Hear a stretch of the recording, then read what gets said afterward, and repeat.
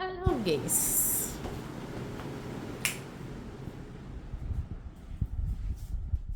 ദ്രിജി ഈ കുത്തിയിരുന്ന് എഴുതണം എന്താ നിങ്ങൾക്കറിയോ?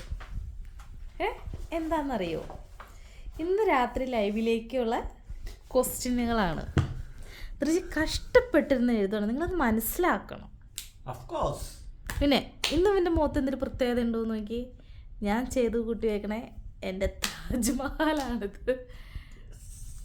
കുഴപ്പമില്ലാന്ന് എനിക്ക് ഫീൽ ചെയ്തു, അവനും ഫീൽ ചെയ്തു. പുതിയ ചീപ്പ്. അപ്പോൾ ഇത്ര കഷ്ടപ്പെട്ട് അവൻ ലൈവിൽ വന്ന് കുട്ടികളോട്